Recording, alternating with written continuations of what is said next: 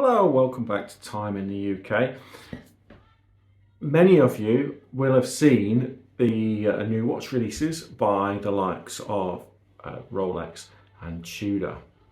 I'm going to speak to you today about something that's caught my eye, and that's something that I never thought would ever catch my eye. Because I don't know about you, but every time if you go into an authorised dealer, a jeweller, a watch reseller, they always have black bays and they always have red black bays.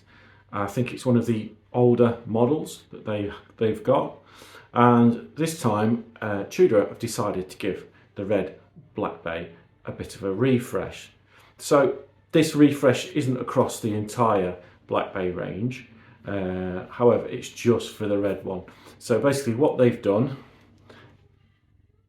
is they've changed the dial. So they've taken the 3 lines of text at the bottom and they've changed it to 2 lines, and they've given it a METAS certification, and they've just changed the wording at the bottom there of the dial, so it's 2 lines.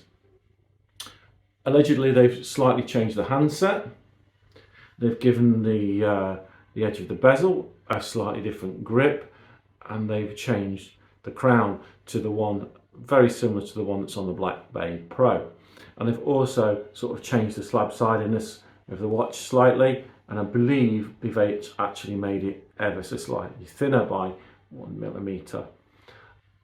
Is that a game changer? Not really, but one thing that could be is they've put a 5-link bracelet on it. Now the 5-link bracelet is referred to by Rolex as a Jubilee. Obviously Tudor call it the 5-link bracelet, and as well as that they've used the T-fit clasp.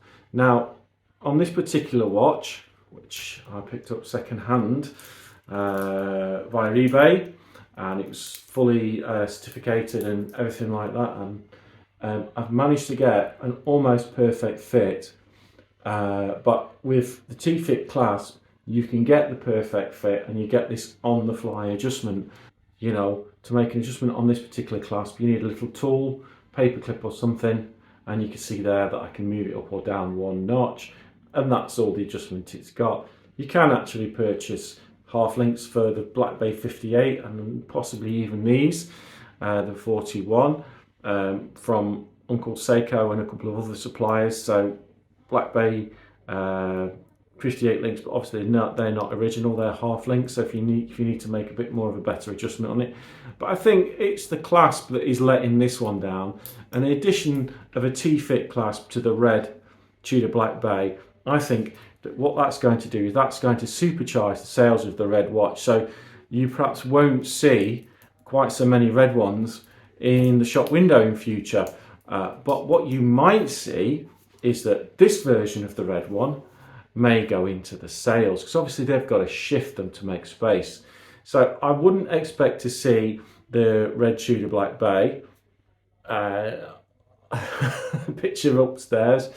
I wouldn't expect to see the red Tudor Black Bay appearing in the shops in the next 6 to 8 weeks. I think it might be a little bit longer. So I think what they're going to do, they're going to hold it back and they're going to let the red ones run out. Maybe not. Maybe they're just going to sell them side by side and just get rid of the stock that way. But it's really interesting to have a Jubilee bracelet on a Black Bay, because it's quite a big watch, and I really like the way that this watch wears. It's a 41mm and it's got loads of wrist presence. It's quite a big, top heavy, chunky watch, but it's a definite statement piece, rather like you might say a sovereign ring would be. It's big, it's there, it's in your face, and putting a Jubilee strap on it, 5-link Tudor strap on there, bracelet on there, sorry, is really going to help the thing pop. So as ever, in this watch collecting hobby, watch owning hobby, there's always something else that you want to acquire, and there's always something you'd like to buy. And for me, I went online last night and I bought something. Thankfully though, it was just a little budget purchase. I went on the Uncle Seiko website and bought myself a 5-link strap for this, bracelet, sorry, for this. So when that turns up, I'm going to get that swapped out. Just, you know, give a review of the Uncle Seiko strap, and it does actually take this clasp as well, but whether I'd take this off I'm not sure just yet, but I'll give you a review and an overview of the Uncle Seiko strap when it turns up. But yeah, so some interesting stuff by Tudor.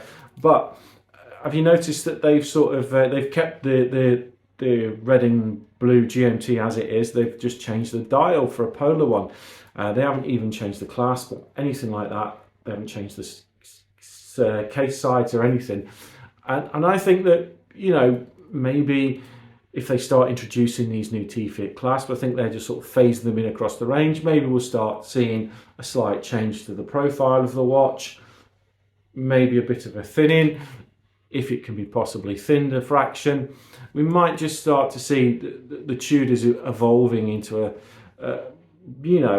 into a slightly different design iconography, something a little bit more subtle with some sort of rounded edges maybe. Who knows? But this is definitely the sort of screams Tudor all day long, doesn't it?